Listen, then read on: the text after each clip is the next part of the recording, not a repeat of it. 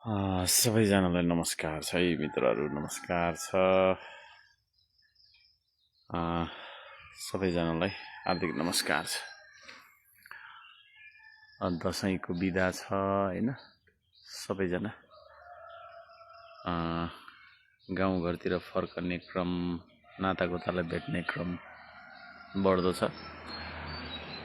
मैले यहाँ यो लाइभमा आएर के भन्न खोजेको छु अहिले आज यतिखेर भन्दाखेरि चाहिँ,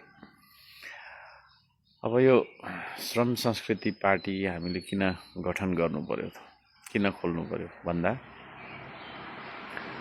स्वतन्त्र भएर लड्दाखेरि आफ्नो सङ्गठन नहुने होइन, नम्बर 1 मा त्यो चिज। सङ्गठन नभइसकेपछि, एउटा टिम नभइसकेपछि चुनाव लड्न गाह्रो है। कसले के गर्ने, कसलाई के हराउने होइन। अब सङ्गठन नभइसकेपछि आउँदा पनि भयो, साथीभाइ आउँदा पनि भयो, नआउँदा पनि भयो होइन। उनीहरूले जिम्मेवारीले बाँधेको हुँदैन। भ्याएको बेला आउने, अब त्यो भ्याएको बेला आएर त हुँदैन हेर्नुहोस् चुनावमा त। अर्को कुरा, सङ्गठन नभइसकेपछि के हो त भन्दाखेरि काम व्यवस्थित नहुने, प्रचार प्रसार व्यवस्थित नहुने होइन। अत्यन्तै धेरै मुस्किलले मैले विगतमा 2टा चुनाव लडेँ, एउटामा हारेँ, एउटामा जितियो के अरे होइन। त्यो पहिलो चुनावबाट पनि मैले धेरै अनुभवहरू बटुलेँ र दोस्रोमा चाहिँ सफल भएँ धरानको चुनावमा। अब आगामी दिनहरूमा पनि चुनावमा भाग लिनुपर्छ भन्ने अब जनताको छ। त्यसले गर्दाखेरि म जस्तो मान्छेले भाग लिनु नै पर्छ है। चुनावमा भाग लिँदाखेरि खट्ने मान्छे नहुने के होइन। कसले तपाईँको प्रचार प्रसार गर्ने, कसले के गर्ने। अब पहिला मेरो कस्तो खालको मैले चुनाव लडेको भन्दाखेरि, आफै निस्क्यो, आफै गयो, करायो, एक्लै पर्चा लेख्यो, एक्लै कुद्यो, एक्लै कुदेर होइन, हैरान कुदेर तपाईँको चाहिँ चुनाव लडियो। अब त्यस्तो तरिकाले ल मैले त सम्भव छ अरे, ल म त त्यो खालको अनुभव पनि छ। तर सबैजना त त्यो खालको हुँदैन।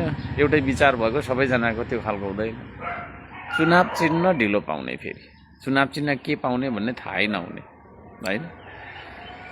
पानीको बोतल पो हो कि होइन, आँप पो दिने हो कि, कछुवा पो दिने हो कि, त्रिशुल पो दिने हो कि, अब के दिने हो त, तीर पो दिने हो कि, के दिने हो चुनाव चिन्ह नै थाहा नहुने। सबैभन्दा ठुलो समस्या चाहिँ त्यो मित्रहरू होइन। यहाँहरूलाई मैले मेरो अनुभव सुनाउनै पर्ने हुन्छ। चुनाव आइसक्यो। अब पहिला मैले चुनाव लड्दाखेरि के भएको थियो भन्दाखेरि, कुरा त राम्रै गर्यौ भाइ, भोट पनि तिमीलाई नै दिने हो, तर तिम्रो चुनाव चिन्ह चाहिँ के हो त, केमा भोट दिने भनेर सोध्ने। खोइ चुनाव चिन्ह के आउँछ मलाई थाहा छैन, चुनाव चिन्ह आएपछि आउँछु है दाइ, बाजे, अङ्कल भनेर आउनुपर्ने। अनि त्यो चुनाव चिन्ह लिएर जाँदाखेरि त्यो मान्छे त्यहाँ हुन्छ त चौतारामा एक्लै बरबराउँथेँ होइन, एक्लै चौतारामा बरबराउँथेँ अनि कराउँथेँ भनौँ न, बोल्थेँ। अनि मेरो कुराहरू सो हो त्यहाँ बसेर सुन्ने बुढापाकाहरूले है। कुरा त राम्रो गर्नुभयो भाइ, भोट तपाईँलाई नै हाल्छौँ यसपालि, तर केमा हाल्ने त, चुनाव चिन्ह चाहिँ केमा हाल्ने त भन्नुहुन्थ्यो। अब चुनाव चिन्ह खोइ छैन दाइ, अङ्कल चुनाव चिन्ह चाहिँ अहिले छैन मेरो, पछि दिन्छ, भोट हाल्ने दिनको त्यही हप्ता 10 दिन अगाडि दिन्छ, अनि त्यसपछि म आउँछु है तपाईँलाई चुनाव चिन्ह देखाउँछु भनेर आउनुपर्ने। अब त्यतिखेर तपाईँको छैन होइन, जाँदाखेरि अब त्यो मान्छे हुन्छ त, फर्केर जाँदा हुँदैन, सम्भवै नहुने। अनि अब त्यस्ता मान्छेहरूले चुनाव चिन्ह मोबाइलमा हेर्छन् भनेर भन्नु पनि नसकिने, किनभने अब मोबाइलै हुँदैन, भए पनि त्यो खेटखेटे मोबाइल हुन्छ जसमा चाहिँ तपाईँको आउँदैन, हेर्नुहोस् छैन, यो सोसियल मिडिया चल्दैन। त्यसले गर्दाखेरि अब धेरै समस्या चुनाव चिन्हका कारणले पनि भयो। अब मलाई मन पराउने मेरा समर्थक, हाम्रो एउटा विचार मिल्ने साथीभाइहरू हुनुहुन्छ, अब उहाँहरू पनि तपाईँको चाहिँ आगामी चुनावमा आकाङ्क्षी हुनुहुन्छ। कति भने अब चुनाव चिन्ह नहुँदाखेरि एउटालाई एउटा दिन्छ, अर्कोलाई अर्को दिन्छ। अनि एउटा टिम भएर तपाईँको छैन चुनावमा उठ्न पनि गाह्रो के है। एउटाको चुनाव चिन्ह कछुवा छ, अर्कोको तपाईँको छैन उता सर्प दिएको छ है, उता अर्कोलाई खरायो दिएको छ है। अब के हो अनि फल्नाको चाहिँ यो, फल्नाको चाहिँ यो, फल्नाको चाहिँ यो, फल्नाको चाहिँ यो भनेर बुझाउनु पनि गाह्रो चुनाव चिन्हमा। त्यसले गर्दाखेरि चुनाव चिन्हमा अत्यन्तै धेरै समस्या भएको कारणले होइन, यो पनि एउटा ठुलो कारण हो। एउटा टिम व्यवस्थापन नहुने समस्या, अर्को चुनाव चिन्ह एउटा नहुने, स्थायी नहुने होइन। अब मैले भन्न खोजेको चाहिँ जस्तै एउटा उदाहरण लिउँ होइन, र हाम्रो टिमबाट चाहिँ नि के अरे नगर स्थानीय चुनावको एउटा उदाहरण लिउँ। नगरमा के अरे प्रमुखमा, उपप्रमुखमा, वडा अध्यक्षमा उठ्छ अरे, त्यतिखेर प्रमुखको हाम्रो टिम एउटै हो, प्रमुखको चुनाव चिन्ह चाहिँ गमला होइन, तपाईँको छैन उपप्रमुखको चुनाव चिन्ह चाहिँ मुडा। अनि यता हाम्रै टिमको वडा अध्यक्षको चुनाव चिन्ह चाहिँ, उम्मेदवारको चुनाव चिन्ह चाहिँ गाग्री भनेर त्यो खालको तरिकाले चुनावमा भोट माग्नका लागि है त्यसरी जानु पर्दाखेरि त अत्यन्तै समस्या भयो नि त। टिम एउटै छ, चुनाव चिन्ह फरक फरक। त्यसले गर्दाखेरि पनि हामीलाई एउटा साझा र स्थायी चुनाव चिन्ह प्राप्त हुनुपर्छ भन्ने मनसायले पनि हामीले पार्टी दर्ता गर्नै पर्ने बाध्यता भयो। अर्को कारण भन्नुहुन्छ भने अब हाम्रा समर्थक होइन, हाम्रा समर्थक, मेरो समर्थक सिधै भनौँ न चाहिँ तपाईँको धरानभित्र मात्रै छैनौँ हामी होइन, नेपालभरि छौँ, विदेशमा पनि छौँ, थुप्रै हुनुहुन्छ होइन। हजारौँ लाखौँको सङ्ख्यामा हामी हाम्रो विचारलाई मन पराउने एउटै खालको विचार भएको मान्छेहरू हामी छौँ। पसिना बगाएर देशलाई सिन्चित गर्नुपर्छ होइन, देशलाई चाहिँ नै तपाईँको बचाउनुपर्छ, बनाउनुपर्छ भन्ने मान्छेहरू हामी थुप्रै छौँ। अब के भइदियो भन्दाखेरि ती सम्पूर्ण मान्छेहरूले यदि हामीले पार्टी खोलेनौँ भने अर्को पार्टीमा गएर भोट हाल्छ होइन, अर्को पार्टीको सदस्यता लिन्छ। र मैले भन्नुपर्दाखेरि विगतमा पनि त्यस्तो भयो होइन, विगतमा त्यस्तो भयो। एउटै पार्टी हो तर तपाईँको चाहिँ नि एउटै पार्टी हो होइन, तर के हो त भन्दाखेरि तपाईँको बोल्दैछु म हजुर होइन, तर के भयो त भन्दाखेरि तपाईँको चाहिँ नि हाम्रो समर्थकहरूलाई होइन, हाम्रो समर्थकहरूलाई अरूले लगिदियो कि समर्थन हाम्रो हो, तर अब एउटा सानो ठाउँमा बसिसकेपछि उसको अब दल पनि छैन, केही पनि छैन भन्ने भइसकेपछि ती मान्छेहरूले चाहिँ बाध्य भएर अरू पार्टीमा होइन भोट हाल्नुपर्ने भयो, अरू पार्टीमा भोट हाल्नुपर्ने भयो। ती मान्छेहरूले बाध्य भएर अरू पार्टीमा भोट हाल्नुपर्ने भयो। विभिन्न तहको चुनाव हुन्छ, त्यसले गर्दाखेरि हाम्रो समर्थकहरूलाई एक ठाउँमा ल्याउनका लागि एउटा सङ्गठनको खाँचो पर्यो है, लाइनअप गर्नका लागि। विगतमा त्यस्तो थुप्रो भयो होइन, मेरै समर्थकहरू, मेरै मन पराएर मलाई नै तपाईँको चाहिँ सहयोग गर्ने मान्छेहरूले अरू पार्टीमा भोट हाल्यो, अनि त्यो पार्टीको नाम लिन्नमा होइन त्यो पार्टी चाहिँ हाइलाइट भयो। र यसले गर्दाखेरि हाम्रो समर्थकहरूको चाहनालाई एकत्रित गर्नका लागि, भावनालाई एकत्रित गर्नका लागि हामी एकै खालको देशलाई माया गर्ने मान्छेहरूको एउटा लाइन बनाउनका लागि हामीले पार्टी खोल्नुपर्ने स्थिति भयो। यो एउटा कारण भयो होइन। अब अर्को कारण के भन्नुहुन्छ भन्दाखेरि अब यो देशमा पक्का तपाईँको चाहिँ नि देश बनाउने शक्ति अहिलेसम्म निर्माण भएन होइन। गफ गरेर मात्रै तपाईँको चाहिँ नि देश बन्छ, भाषण गरे पुग्छ भन्ने खालको मान्छेहरू होइन, चिल्लो चाप्लो मुखमा बोल्ने तर भित्रबाट छुरा हान्ने, राष्ट्रघात गर्ने, देशद्रोह गर्ने है विदेशी दलालहरूको तपाईँको सेटिङ र गेमिङमा चाहिँ चल्ने पार्टीहरू मात्रै तपाईँको चाहिँ नि आयो। अहिलेसम्म राष्ट्रलाई माया गर्ने, देशलाई पक्का माया गर्ने मान्छे होइन को चाहिँ नि पार्टी नभएको कारणले गर्दाखेरि पनि यो देशलाई बनाउन र बचाउनका लागि पनि पार्टीको औचित्य अहिले परेर आयो है। यो चिज हो। म सबैजनालाई भन्न चाहन्छु यो पार्टीमा जोडिनुहोस् तपाईँहरू, यो तपाईँको आफ्नो पार्टी हो है। र अरूभन्दा हामी धेरै पृथक छौँ, धेरै पृथक छौँ। र हाम्रो प्रमुख एजेन्डा चाहिँ के हो त भन्दाखेरि यो देशमा कार्यकारी प्रमुखको चुनाव गराउनुपर्छ भन्ने हो।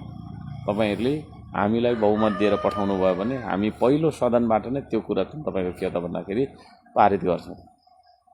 र यो देशमा यस्तो एउटा दल जुन दलले दलतन्त्रलाई समाप्त गर्नको लागि आएको छ, दलतन्त्रलाई खतम बनाउनका लागि नै हामी आएको। दल खोल्छौँ तर दलतन्त्रलाई नै खतम बनाउनको लागि। भन्नुको मतलब अहिले के छ, दलतन्त्र भने के हो भन्दाखेरि पुलिस दलको होइन, पुलिस पार्टीको, न्यायालय पार्टीको, होइन तपाईँको चाहिँ नि कर्मचारी पार्टीको, सबै तपाईँको चाहिँ नि राज्यको जुन देशको साझा हुनुपर्ने कुराहरू सबै पार्टीको पार्टीकरण, अख्तियार पार्टीको। यसले गर्दाखेरि यो पार्टीकरण, दलकरणलाई, दलीयकरणलाई चाहिँ, दलतन्त्रलाई चाहिँ खतम बनाउनका लागि अब हामीले तपाईँको चाहिँ नि तपाईँको पार्टी खोल्दैछौँ है।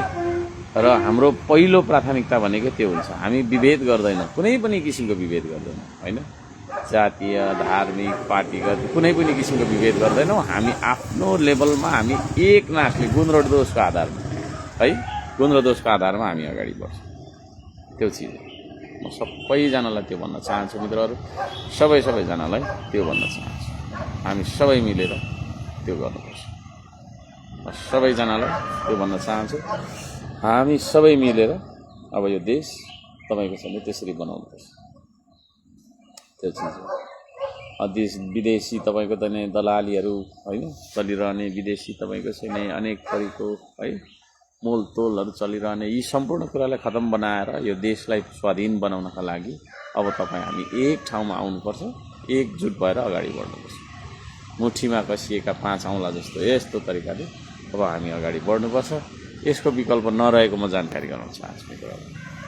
यी औचित्यहरू छन् है, पार्टी खोल्ने, पार्टीतन्त्रलाई नै होइन, दलतन्त्रलाई समाप्त गर्नका लागि दल खोल्ने भनेपछि चाहिँ कस्तो होला होइन, त्यो चिज हो। र चुनाव चिन्ह हामीले माटो राखेका छौँ है, माटो चुनाव चिन्ह माटो है, माटोलाई माया गर्ने मान्छे अरू सबैजना हामी लाइन अप हुनुपर्छ। अरूले गर्दैन, लेखेरै दिन्छु गर्दैन, अरूले गर्ने भए गरिसक्थ्यो। उसले सिङ्गापुर, हङकङ होइन जापान जस्तो बनाउने दुनियाँ कुरा गर्यो नि त, गरेन, भाषणले त बनाए, तर व्यवहारमा चाहिँ के रहेछ भन्दाखेरि एक कोठा पैसा राख्ने होइन, तपाईँको चाहिँ नि स्रोत बिनाको सम्पत्ति आफैले जोड्ने, आफूले जोड्ने, आफ्नो कार्यकर्ता नजिकका छैन मान्छेहरूलाई चाहिँ त्यो खालको चाहिँ गर्ने। अब यो सबै कुराको अन्त्य गर्नुपर्छ। त्यसले गर्दाखेरि पक्का पारदर्शी सिस्टम ल्याउनका लागि होइन, विधिको शासन, थितिको शासन ल्याउनका लागि अब श्रम संस्कृति पार्टी होइन हामी सबैजना लाग्नुपर्छ र हामी बनाउँछौँ यो देशलाई, हामी बचाउँछौँ यो देशलाई। माटोको कसम खाएर भन्छु है, धोका दिँदैनौँ यो देशलाई, धोका दिँदैन होइन। तपाईँहरूले बुझ्नुपर्छ, अब चिन्नुहोस्, बिउलाई चिन्नुहोस् है, सानो बिउमै चिन्नुपर्छ क्या है। तपाईँको छैन धेरै धोका पाइयो, अब यो तपाईँको चाहिँ लुकेर बस्ने, तपाईँको कता छलेर बस्ने, गेम खेल्ने मान्छेहरूको पछाडि भाग्न छोड्नुपर्छ। यो सबै गेमरहरू हो यिनीहरू, राजनीतिक लिडरै होइन। लिडरमा त सामाजिक रूपान्तरण गर्छ नि त, खोइ त सामाजिक रूपान्तरण के छ? केही पनि छैन। तर हामी श्रमको संस्कृति बसाउँछौँ। श्रम बिना नै तपाईँको छैन देश बन्दै भन्दैन। हेर्नु, हरेक कुरा श्रम हो। हामीले खाने घाँसदेखि लाउने कपाससम्म, हामी बस्ने बासदेखि लिएर हामीले हिँड्ने बाटादेखि लिएर हरेक कुरा श्रमबाट हुने हो है। प्रकृतिमा सम्पदा हुन्छ है, प्राकृतिक सम्पदालाई सम्पत्तिमा परिणत गर्नका लागि, भौतिक सम्पत्तिमा, आर्थिक सम्पत्तिमा, हरेक खालको सम्पत्तिमा परिणत गर्नका लागि एउटा ह्युमन एफर्ट चाहिन्छ होइन, मानव तपाईँको चाहिँ प्रयास चाहिन्छ, त्यसैलाई श्रम भन्छ। त्यो श्रम गर्ने संस्कृति बसाएर यो देशलाई नै तपाईँको श्रमको संस्कृति, अहिले विभिन्न खालका संस्कृति छ नि, अब जस्तै दसैँ तिहार पनि सांस्कृतिक चाडहरू परे होइन, संस्कृति परम्परा पऱ्यो, त्यस्तै खालको एउटा श्रम गर्ने संस्कृति सानैदेखि होइन, तपाईँको माटोदेखि टाढो भागेर हामीले दुःख पायौँ।